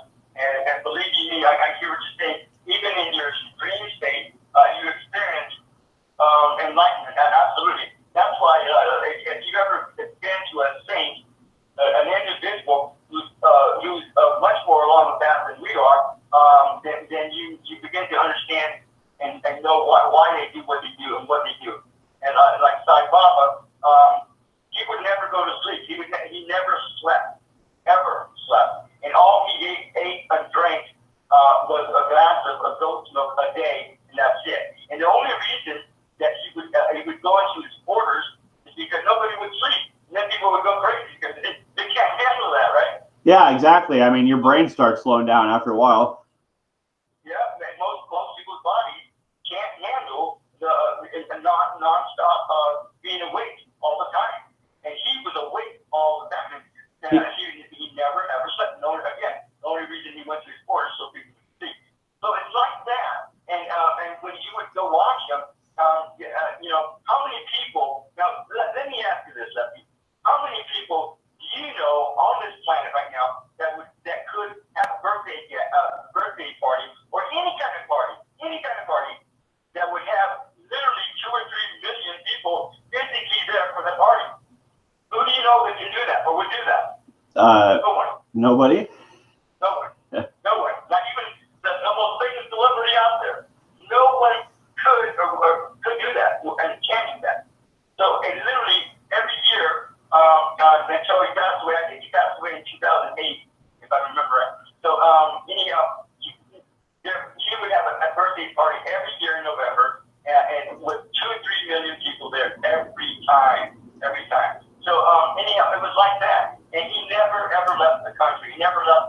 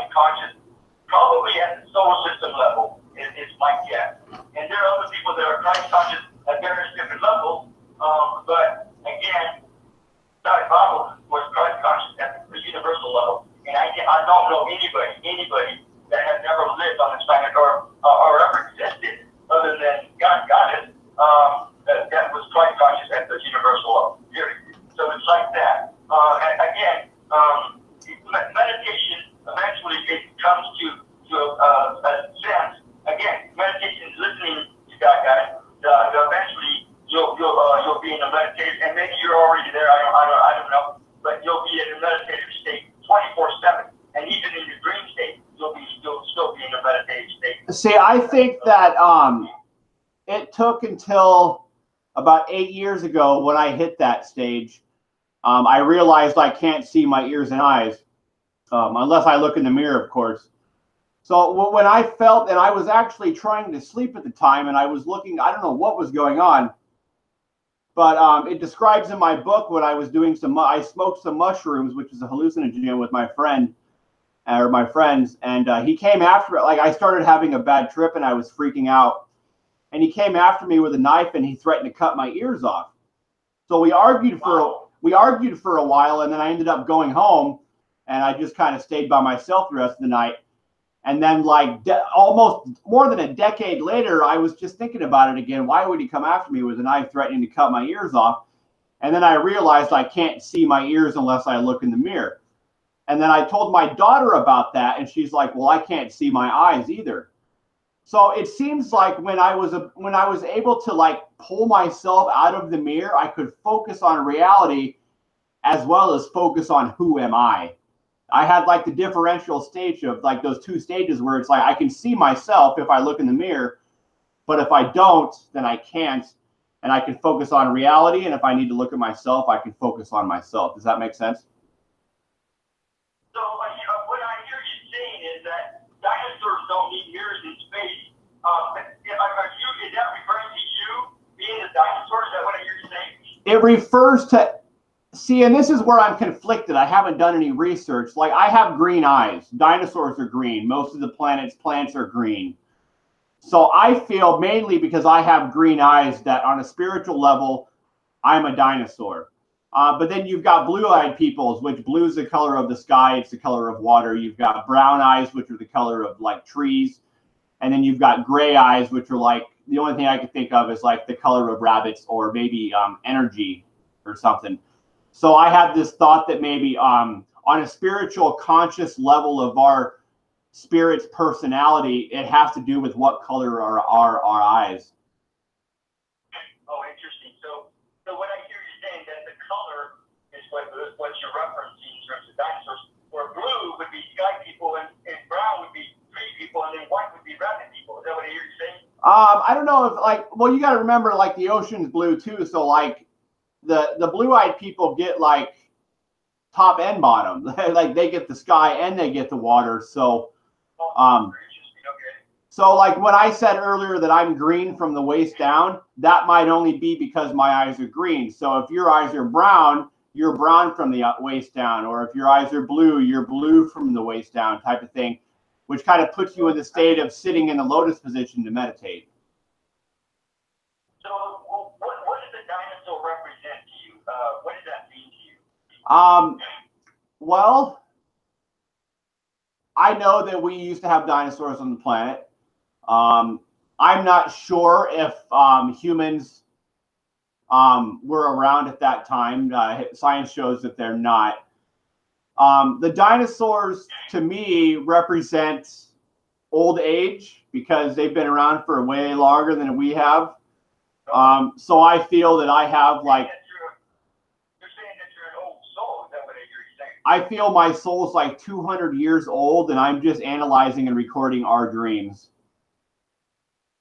I hate to say this, Lefty. No offense, nothing personal, but you're an old soul. You're much more than 250 years old. You're probably... No. I said 200 million, or 2 million, sorry. Oh, 200 million. Okay, I hear you. Okay. I thought 250 years old, that's not very old at all. Yeah, sorry. I might have misspoke. That is an old soul. That's that's much more than an old soul. It's an ancient soul. That's me. That's the second part. I feel that I'm the 2 million year old man that lives in our dreams, is what I feel. Oh, interesting. Okay. And with the stuff that you've gone through, and the results that you've gotten, and the accomplishment and development that you've done over the years, I think it's safe to say that you would have to have been at least an old soul in order for you to do what you're doing now and get to where you're at now. Because otherwise, you'd be dead. I mean, especially with the crap that I get about it. Like, I get a lot of crap for talking about this stuff. Like, people just think that, like, I'm somewhere else and that I'm not in reality. And it's like, no, like, I can see your soul. Like, your soul is not there because you can't see your soul. And according to spiritual psychology, the soul is the most ignored thing on planet Earth. And, like, my plan is to get people to notice that your aura is your soul is your aura, and we breathe the energy around us every given moment that we breathe. So inevitably, we are breathing our souls all the time. Okay, and I'm not sure that I agree that your aura is your soul. I think it's a reflection of your soul. I think it's a good viewpoint of that perception. Now, your soul, I believe, is actually a center of like a vortex or an orb, if you want to call it that, that's connected to your body. And it actually may be physically right about 2 or 3 feet above your head, and it's just actually centered, and I believe, if I remember right, of your body. Yeah, when I studied the pineal gland, I feel like that's your third eyeball. That when we fall asleep, we actually look through our third eyeball while we're asleep. Like, so, like, our pineal gland, which it's about at the top of your brain stem, and it looks down on, like, the visual cortex in the back of your brain. And I feel that that opens up every night when we fall asleep, and we look through that in our dream. And that could still be true, and still be where your soul is seated at. Yeah, and that makes sense. It's just I'm so used to my soul rushing ahead of me so I can see it. Like, all these hallucinations I've had, I felt like the hallucination is your soul going in front of your 2 eyes so that you can see it doing things. So that's probably why I go as long as saying that my soul is my aura, because I'm so used to seeing it in front of me, because I felt like it's always wanting to be ahead of me. But the energy from our soul would come from behind us, but mine just comes forward so often that I'm used to it being up front. Yeah, like an eye does, like how an eye sees. Is that correct? Yeah. Like, I feel like I'm looking behind my eyes. So I guess that's a lot of research you have ahead of you, waiting for you to make you prove all that, right? I have a lot of information that I'm working with. The problem with imaginal psychology, and imaginal psychology states that the soul expresses itself in images. And the problem is that nobody knows how to bridge imaginal psychology with modern day psychology. And I think I have the information to do it. I just got to get more organized. And when I get to that point in my doctorate degree, I'll write my dissertation about why I can bridge it. And inevitably, that will change the way that they look at psychology and the mental patients. And hopefully we can become on one page with this psychology thing, because psychology is so diversified that everybody's arguing. And it's just it's not healthy. Psychology, to me, is basically the study of the abnormal personality. But the abnormal personality comes from our souls. Exactly. So I don't really feel how it's abnormal. I think it's normal, and people have pushed it away. The word psyche is a Greek word that means soul. They changed it centuries ago to mean mind. So technically, psychology means soul, but they changed it. So one of the things I'd like to do, I don't know if it's possible, but I'd like to just, instead of calling it psychology, call it soulcology. Because if you're mentally ill, the mental problem starts with your soul, and then it goes to your body, and then it goes to your mind. I hear you. Now, there's a couple of books that you might want to consider checking out. I don't know if you've ever heard of them, but it's called Soul Psychology. Both of them are called Soul Psychology.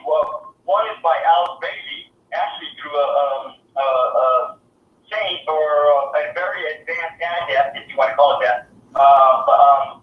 I believe his name is Cool. And then also Soul Psychology by Joshua David Stone. And then another person that you might want to study is Helen Blavatsky and Benjamin Graham. Can you email me, or can you message me these names later? Absolutely, I can. If you remind me, I'll do that. But okay, yeah.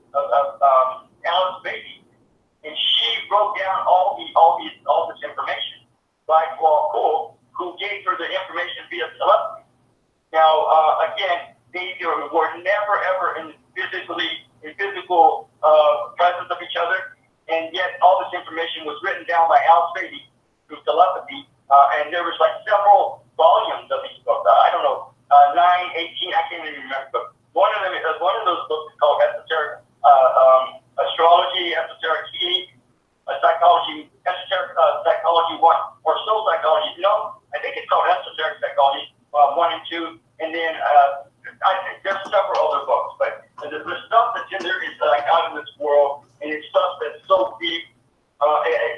Even if you were, it's like reading the Bible for a lot of people. It's much more, and it's much more in depth than the Bible, and so it's really profound information. So again, you might want to study that. That might help you with. Yeah, because I have to find credentials in order to prove myself. So thanks. Exactly. So anyhow, so now dinosaurs don't need. So you're talking about yourself in the form of a dinosaur, and you don't need mirrors in space. And you're saying because your focus, your perceptions are being rerouted, so you don't even notice your ears or your eyes anymore. You don't notice your physical body anymore. All of a sudden, you're in a whole different experience and perception of who you are and what you're doing and where you're at. It's a way to say that, like, we need to stop worrying about ourselves so much and try to help society. Like, there are so many social problems going on in at least this country that I know about, but people don't want to help out the less fortunate. They put them into categories as poor or drug addicts or mentally ill. And we don't worry about that. We worry more about our lives, what material objects we can gain out of life. But the way I look at it, I treat a homeless person the same way I would treat the president of the United States. But most people don't do that. And if I could refer Jesus said in the Bible, treat everybody like they're your neighbor. That was the most important message in the Bible, but people don't do it. When I go to Walmart, them people are my neighbors. When I go to the park, them people are my neighbors. When I go anywhere, anybody I'm around at any given time is my neighbor, and I'm going to treat them in that manner. But people don't do that. So now you're really on target and in the right direction from what I understand that in my research and development and sources. So once you get to a level of enlightenment, you start your whole life, and this is what that happens with all the rest of the beings out there that are much more evolved than Jesus or all these other people or beings. So what happens is your whole life is all about service, and literally at some point when you get to the level of enlightenment, what happens is you choose what kind of service you want to do beyond the enlightenment, beyond being a master, into being a saint or avatar or logo or Godhead or whatever. So your whole life is all about being of service. So, and you literally pick what kind of service you want to do. Service to humanity, service to the animal kingdom, the plant kingdom, mineral kingdom, the angel kingdom, whatever kingdom, the fairy kingdom, whatever. I want to service every kingdom. You can do that too, but I don't know what all the criteria is for that, but yeah, why not? Why couldn't you do that as well? So so you take steps to develop your skills and talents and ability to be able to be of service to all the kingdoms. And so that may take several lifetimes. That may take millions of lifetimes. I don't know, but that's how it works in the sense of speaking. Yeah, like I'm literally trying to change centuries of human beliefs, and like I don't know, I'm having a hard time. Yeah, exactly, and that's what I'm saying about being of service to all the kingdoms. You may not be able to do that in one lifetime. You might have to take little steps. You first start out with being service to humanity, and then service to the animal kingdom, and then service to the mineral kingdom, and then on, and eventually you get to being of service to all the kingdoms. So I don't know what all the criteria is for that, but if that's what your focus is, and that's what you want the end result to be, then you got to work ahead of you. I hate to tell you that. Well, see, one of my focuses is the Dalai Lama stated that if we taught every 8-year-old child how to properly meditate, we could eliminate violence on this planet in one generation. Everybody is That's way. refusing to, like, oh, not everybody, but most people refuse to sit in the corner and meditate. So they're running off on a leash. It keeps getting longer every day and every year and every month. And they're so far away from their home of the meditative state that it just, it's no wonder that we are in such turmoil state in a sociological viewpoint. But nobody cares, and you can't talk to them about this because they don't want to spend the time to at least meditate for a while until they figure out what it is, and then they start behaving in the manner that we do when you want to call us a hippie. Like, okay, at least I don't treat people badly, and I don't try to go. I mean, I'm always honest, so I don't have to remember anything. And that's to quote Mark Twain. So now what happens is that people start meditating on their own self, their own personality, their own junk, their own debris, whatever you want to call it. And literally they go crazy. They lose everything. They hit the mud. Their face goes into the mud. And when it gets to the point that they can't stand it anymore, then they will ask for help. And that's when it's the best time to help them. It shouldn't have to be that way. We shouldn't have to wait for someone to get destroyed before they get spiritual help. Now, on the other hand, one of the best ways, especially for kids, to teach them how to meditate is through music, believe it or not. Just have them sit there and listen to certain music, certain types of music that help influence them and inspire them. Well, see, and like how I've always told people how to meditate, like you can stand up and meditate for all I care, as long as your eyes are closed. The way that you reach enlightenment is by breathing through your nose for about an hour without swallowing. That's how you do that. Once that time frame comes up, your mind will clear itself of all thought and you'll be re-energized. It's just like rebooting a computer.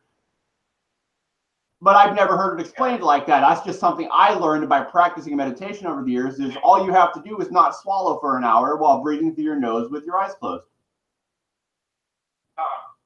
And either way, as long as you're listening, you got it. Yes. And as long as you're hearing, and not just listening, but hearing, then you're in the right direction. And I believe that's yes. good as you get. So what else about your book that you want to tell us? What else? What kind of stories do you have in there? What is it what's the main message that you want to tell about your book? The main message is these are what drugs did to my thoughts. I didn't always think about this stuff. I didn't think about just, I don't know, like I'm looking through the book right now. I don't want people to get the wrong idea about drugs. Like I went to DARE, I graduated DARE. They teach you what it does to your body. People in high school cannot understand that I need to take care of my body or I'm going to get sick. They don't know that. They know that when they find drugs, it makes their body feel good temporarily. So they get into using drugs. But no one ever tells them, if you start doing mushrooms, you might think differently and you might not like it. So the plan of this book, and you explained it real well when you said the words were blended into the background. They are. I wrote this in the worst time of my life right after my divorce.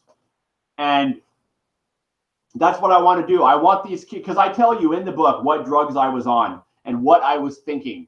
And I feel that if people read the book or at least listen to me if I decide to read it on YouTube, like you'll understand that I changed my thought patterns. So they say that drugs help you spiritually sometimes. I've heard that. So if that's true for these people that are interested in that, they can read my book, get the message of what those drugs were supposed to teach them spiritually, but without the brain damage, without the body damage.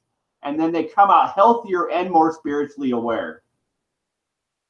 So if I hear you correctly, your experiences, I'm assuming, weren't the best in the world. No. As a result of doing drugs. Well, I was slipped drugs. That's why they were bad. I've done I've been slipped hallucinogens 7 different times. That's why it was so horrible, because I didn't know they were there. I thought I was just smoking marijuana. I believe you're correct in saying that lot of the paranormal events, a lot of the psyche, a lot of the psychic development without the use of drugs. Is that what I hear you saying? That's the point. Like, since we know drugs can cause a lot of problems psychologically, take the spiritual journey, learn about the drug, and then not worry how to do it. But I've also had a thought about maybe these natural hallucinogens. Like, I'm a believer that natural drugs of all sorts that come from the plant, and you could just take the plant and eat it or something, them have some sort of reason for being on the earth. So maybe if we had all those natural plants that they've made illegal in a hospital where you can take a spiritual journey yourself with the doctor's note, come out of it with your spirituality lesson, with the safeness, and then you don't have to worry about drug trafficking so much, because people don't really they'll get used to it. They'll be like, oh, I could go get some mushrooms and go to the doctor and, you know, go on a spiritual journey. But when people do hallucinogens, there's only so many that you're going to do before you just don't want to do it again. Like, this isn't like methamphetamine where people do it for their whole life. Like, they do mushrooms like twice and they're like, I don't need it anymore. And they know this, and it's just easier to not become addicted to drugs like that, because people usually aren't addicted to hallucinogens. So in my experience, Lefty, the deepest state of nirvana that I've ever experienced were probably just as equal, or actually much more fulfilling than any drug. Oh, no, exactly. I could have ever taken. Yes, meditating will bring you more enlightenment than a drug ever will. That's totally fact. Like, there have been times where I've reached enlightenment and I have felt like I was on some sort of drug, and my body was feeling really good and I was really high, but I hadn't taken a single drop of drug. So that is true. And I think maybe that's a good point to be made, that a lot of people that experience hallucinogens and are in drugs, illegal or legal, are that's what they want. They want to experience the nirvana, but they don't want to take. They're lazy. It only takes an hour. Right? It only takes an hour. Yeah, they want to be lazy, and they don't want to take the time to really do it the right way, and experience nirvana through meditation. So they go the easy route and yeah. the illegal drugs or whatever. So that's total bullshit. So if you want to be lazy and you want to experience what's the word? A false form of God, if you want to call it that, a false form of nirvana. I don't know if it's a false form. I think it's a baby form. So anyhow, sorry, I didn't mean to interrupt. Right. Yeah, do the meditation. Yeah, no, the meditation is safer. It's easier. It's less damaging. You can't go to jail for meditating. I mean, it is much safer.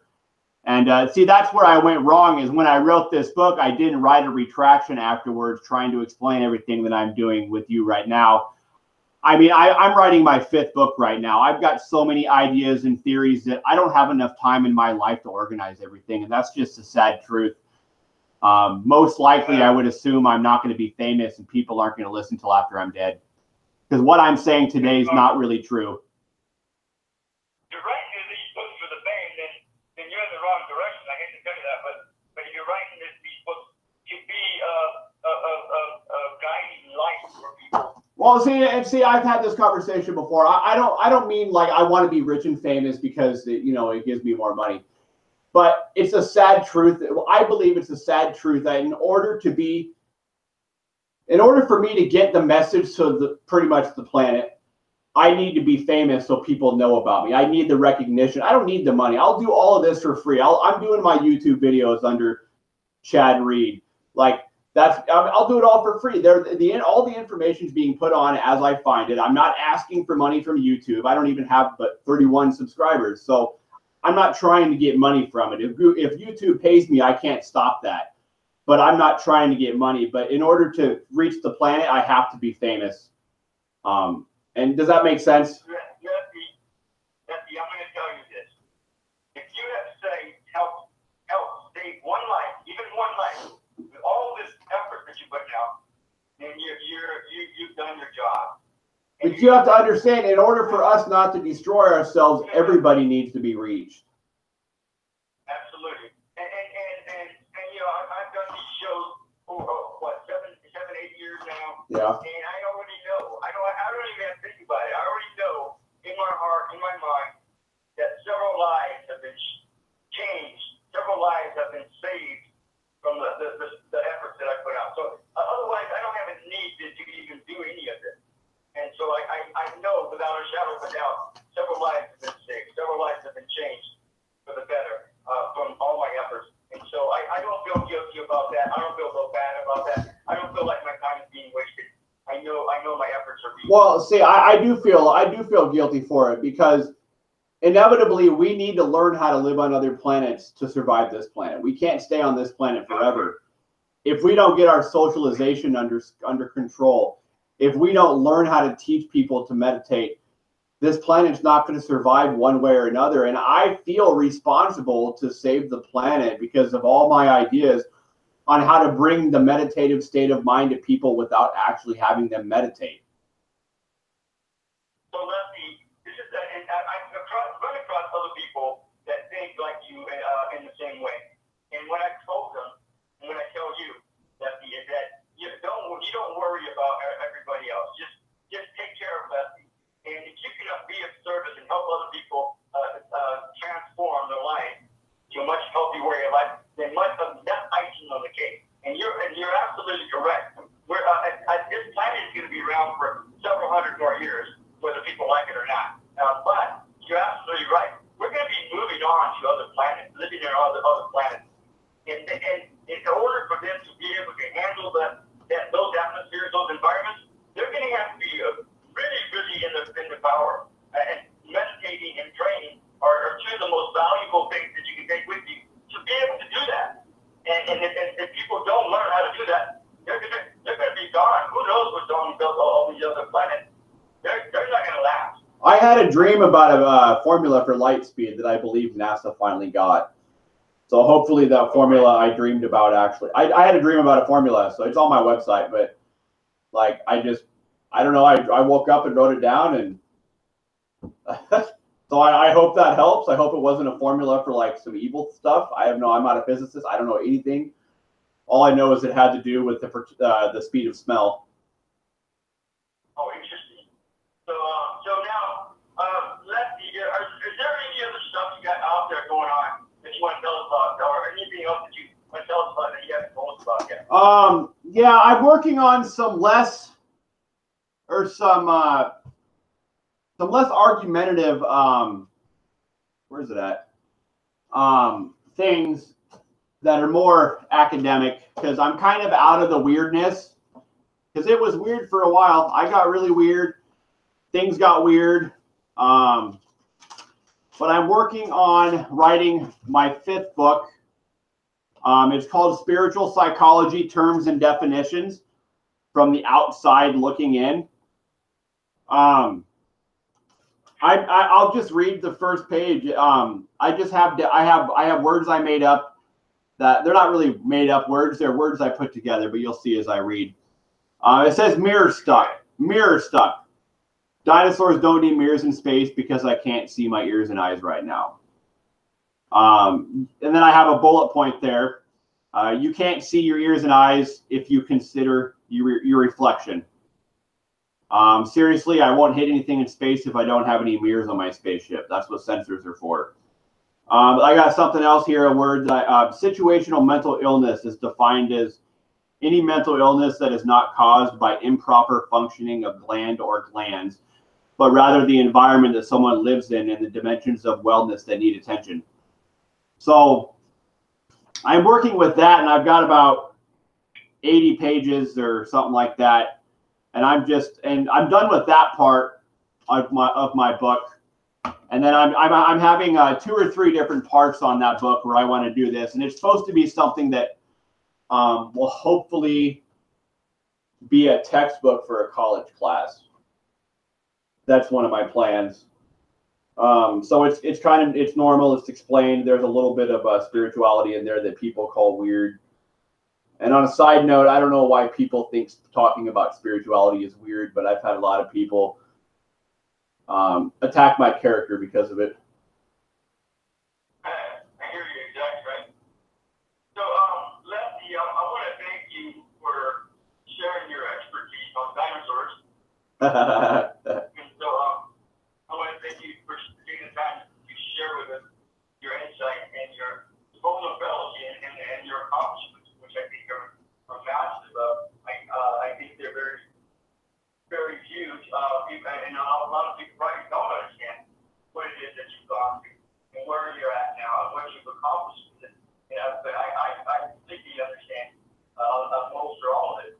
So I hear exactly what you're saying.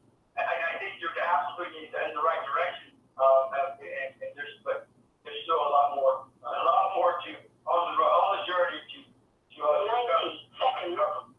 Okay, we got about 90 seconds left. I want to leave you with one thing, and then I'll let you go. Go ahead. The thing that started me talking about my spirituality, I was told by a guy that I met to take the cotton out of my ears and stick it in my mouth. At that point, I had the idea that my yawn was white like cotton.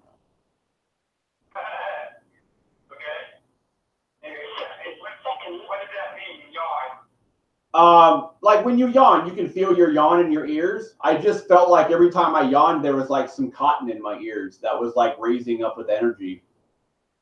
That's what started this whole thing of me writing stuff down. That would be a good idea. So I want to thank everybody. I want to thank you, Lefty, for stopping by. Have God this week. Be the love that you are. Always have been. You always will be. Aloha.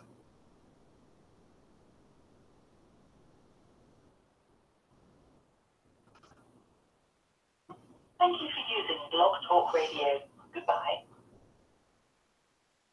This session is no longer being recorded.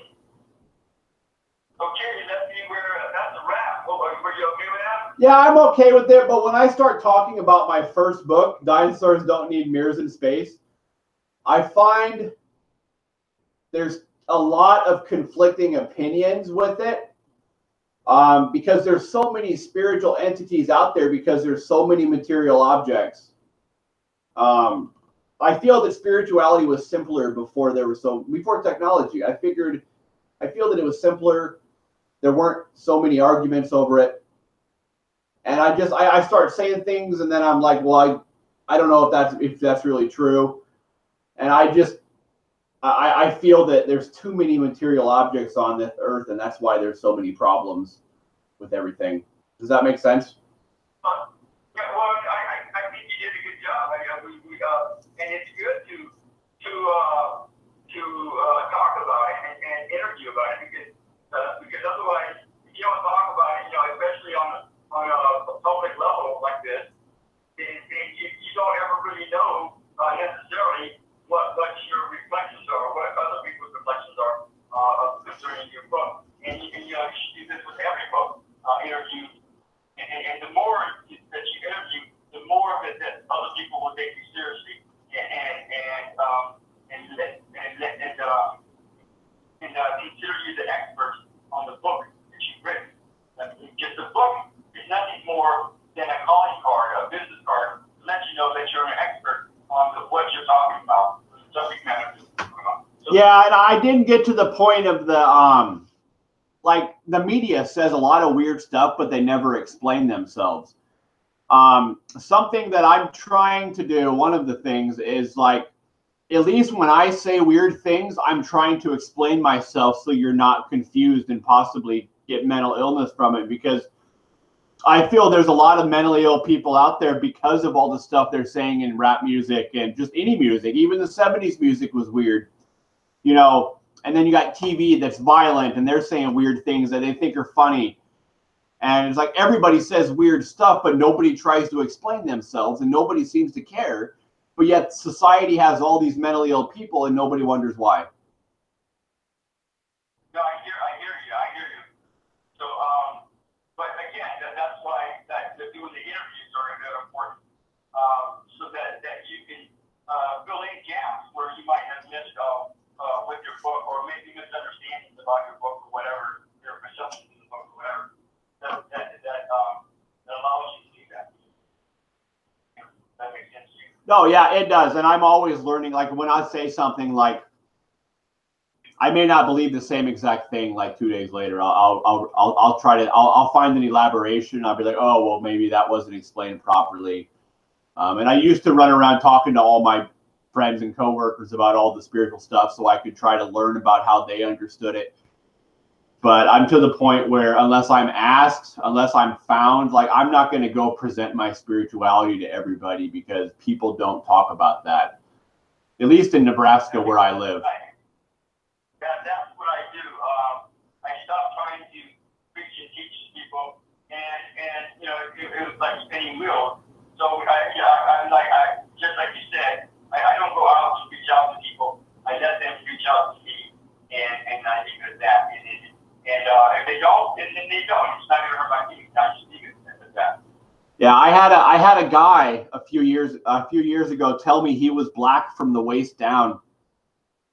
And then I drew a picture about it and put it on my Facebook. And then some guy on my Facebook said, if you were black from the waist down, you'd have a girlfriend or 3. And then like now that I realize that since my eyes are green, I'm green from the waist down. I'm starting to think and wonder and like, where is this guy psychologically that he thinks he's black from the waist down? And it's like, it makes me really disgusted to think that he believes that.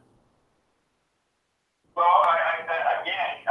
you know, that's where he's at, and that's okay. And that's where judgment is hard for people to work with, is because you know there's so much judgmental stuff. And so when you stop judging people, then you can see a more objective, more clear picture of what's going on. Well, and see, I think maybe the real reason I may be offended or something is because like everybody that I'm around, all they ever talk about is stuff they remember talking about and stuff they remember doing. But I don't make those memories, so I don't know what else to talk about besides what I'm thinking at that moment. And all I ever think about is spirituality stuff, and it makes me a little irritated that I can't remember conversations I've had. I can't remember events that have happened very well. I'm a little better at it, and I look at it like people want me to participate in gossip, but I don't remember it to even talk about it. Exactly. See, the gossip, I don't do the gossip. I stay away from the gossip. It's like the plague. Well, there's good gossip. Don't get me wrong. Like I could always talk about good gossip, but I just don't remember. Yeah, exactly. So, what I'm gonna do within the next, and maybe tonight, I don't know. I'm gonna be posting this on YouTube, so that and then posting it out there, so that people will get will check out the interview and for themselves. And then what I'm doing right now, I'm also sending you the PDF copy of my book that I wrote about a year and a half ago. Okay. And that will give you, if you go to the end of that, let me make sure, I'm pretty sure that's there. At the end of the book, that you'll see a resource guide. And when I wrote this book, my guidance told me, well, you have 2 weeks to write this book. I said, what? That's crazy. I can't. That's not enough time. So finally, I stopped arguing with my guide, my soul, my spirit, whoever. And I said, okay, fine. So it's literally 2 weeks to the minute it took me to write this book. And so I put a resource guide, and I tell people, you know, I embellish this whole book with stories of my own process of development, and then at the end I give resource guide so people can go research themselves, their own process, their own guidelines, their own posts, marketing posts that allow them to know where they're at. And so the information about the Alice Bailey works, the Benjamin Graham, Joshua Gibson, and other stuff is in there. You can just go to the end of that if you want to check out some of the stuff. Go from there. Does that make sense? Yeah, I'll check it out after or when I get time. Actually, hopefully I'll have it done before this semester's over with college. I also I have this interview on YouTube as well, and if you could send me a link to tag you in it so that you get the publicity you want,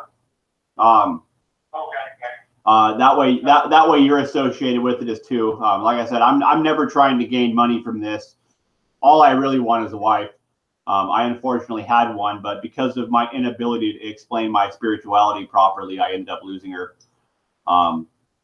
So that's unfortunate, but we can go from there, and let's hope that someone shows up to help me fall asleep at night. So now the link that you're talking about, are you talking about the YouTube link or my website link? What are you talking about? Well, any link that you want me to put on there, I will gladly put on it. But mainly the YouTube link for any link you want, and then maybe I can give you the link to this video because I have a little bit of extra things on there because I was waiting for you and I had that 20-minute break and everything. I was trying to explain what I was going to talk about so people don't get lost. And I feel that when I try explaining things, people get lost a lot and then they get frustrated. And I understand that people can't understand everything that I'm trying to say at every moment. And them are not my intentions. So as soon as I get done with uploading it onto YouTube, what I will do is I'll be sending you the links where you can check out the interview for yourself. Okay. Whenever you're ready. Okay. Yeah, that sounds good. That sounds good. Okay. So we'll talk later, and you can give me updates if you want later, and then we'll go from there. Yeah. Also, message me your phone number so I can call you directly if I need to about that documentary because I'm really interested in that, and I'm trying to find ways to come up with that. So no, it's interesting because I'm doing projects, several different projects, and I already know that my company, Spiritual Productions, is going to be doing movies eventually, sooner or later. And so one of the things that came up is I connected with a place where, I don't know that I actually need it, but it doesn't hurt to have reinforcements and other stuff to use stuff to learn. But I hooked up with a place where I can learn different stuff on directing, on filmmaking, on screenwriting, all kinds of stuff. So it's going to be interesting what I'm going to be doing for the next several weeks. Well, I'm very happy that you actually have the resources to take care of these things, as I don't so much. All right. So just keep doing what you're doing, and finish up what you're doing with the education thing, and then when you're ready to do the documentary, it could be within the next few weeks, next few months, next few years. You just touch base with me. You already have my phone number, I'm pretty sure, because I texted you. Did I text you already? I don't know if you texted me. I think you may have. I'll have to check on there. I'll check on it. I'll send you a text so you have my phone number. Okay. All right. Well, I'd surely appreciate you taking this time to interview me about what everybody else has called me crazy for. Yeah, right. And it's funny because you and I have experienced exact same experiences, very similar experiences, and yet I don't think I'm crazy, and other people, that's their problem, whatever they want to think about me or you. But it is what it is. So yeah. All right. So we'll touch base. I already emailed you the book. People say it's really easy to read. They have read it in like 2 days. Okay. So it's and again the stories in it is what makes it interesting. So it makes it pretty easy for people to read. Okay, I appreciate it. All right, thanks. Good night. All right, bye.